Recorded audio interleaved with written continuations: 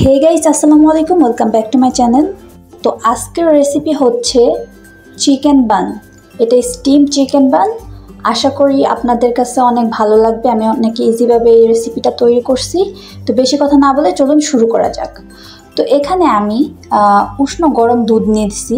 এর মধ্যে আমি চিনি, লবণ আর ইস্ট দিয়ে ভালো করে মিক্স করে ঢাকনা দিয়ে ঢেকে এটা আমি 15 থেকে 20 মিনিটের জন্য রেখে দিলাম। তো 15 থেকে 20 মিনিট কিন্তু হয়ে গেছে, ইস্টটা কিন্তু অ্যাক্টিভ হয়ে গেছে। এর মধ্যে আমি দিয়ে দিলাম আটা। আমি এখানে 3 কাপ আটা দিছি। আটাটা এখন ভালো করে মেখে নিতে হবে। আটাটা কিন্তু ভালো করে একটু সময় নিয়ে তারপরে করতে হবে। ডোটা কিন্তু এমন হাতের সাথে লেগে যাবে, তো এটা ভয় পাওয়ার কিছু নয়, বা এখানে কিন্তু আটাও মিক্স করতে যাবেন না। তো এখন দিয়ে দিবেন তেল, সয়াবিন তেল আমি এখানে ইউজ করতেছি।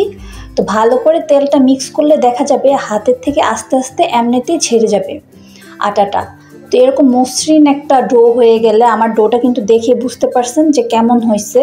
তো এমন মসৃণ হয়ে গেলে এর উপর দিয়ে আমি তেল দিয়ে আমি ঢাকনা দিয়ে ডেকে দিব 1 ঘন্টার জন্য। 1 ঘন্টা এটা ডাবল হয়ে যাবে। তো এর মধ্যে আমি ভিতরের যে স্টাফিং দিব চিকেনের ওইটা করে নিই। তেল দিয়ে দিছি কড়ার মধ্যে। তেল দিয়ে পেঁয়াজটি একটু ভাজা হয়ে গেলে এর মধ্যে মরিচ কুচি দিয়ে দিলাম। তারপরে দিয়ে দিলাম আদা রসুন বাটা হাফ চামচ। তারপরে দিয়ে দিলাম পরিমাণ মতো লবণ। এখন এগুলো একটু ভাজা হয়ে গেলে এর মধ্যে পানি দিয়ে দিব যেন পেঁয়াজটা না পুড়ে যায়। তো এখন দিয়ে দিব আমি চিকেনের ব্রেস্ট পিসটা আমি ইউজ করছি, একদম ছোট ছোট করে কাটছি।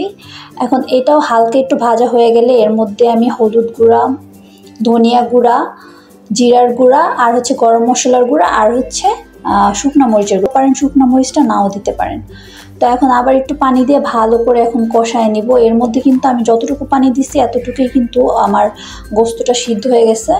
তো ভিতরে স্টাফিং কিন্তু হয়ে গেছে।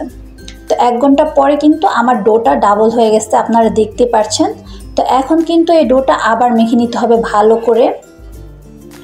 প্রায় 10 মিনিটের মতো আমি এটাকে এরকম করে মাখিয়ে নিছি যাতে আরও সফট হয় বানটা। তো এখন একটা পিঁড়ের উপরে, রুটিওয়ালার পিঁড়ের উপরে আমি কিন্তু ডোটা নিয়ে নিছি।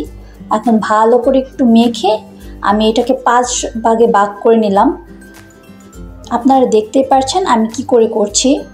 তো 1 ভাগ কিন্তু নিয়ে আমি একটু তেল ব্রাশ করে পিঁড়ের উপর, তারপরে হাত দিয়ে একটু ছড়িয়ে নিচ্ছি। এটা কিন্তু বেলার প্রয়োজন নাই। এখন চিকেনের স্টাফটা দিয়ে দিব ভিতরে, দিয়ে চারপাশটা সুন্দর করে ভালো করে লাগিয়ে দিব যেন আবার না ছুটে যায়। যখন আমি স্টিমে বসাবো যেন চিকেনের ভিতরে যে স্টাফিংটা দিচ্ছি ওইটা যেন বের না হয়ে যায়। তো ভালো করে কিন্তু আমার এটা সিল করতে হবে মুখটা। তো এরকম করে কিন্তু আমি সবগুলা বান তৈরি করে নিব।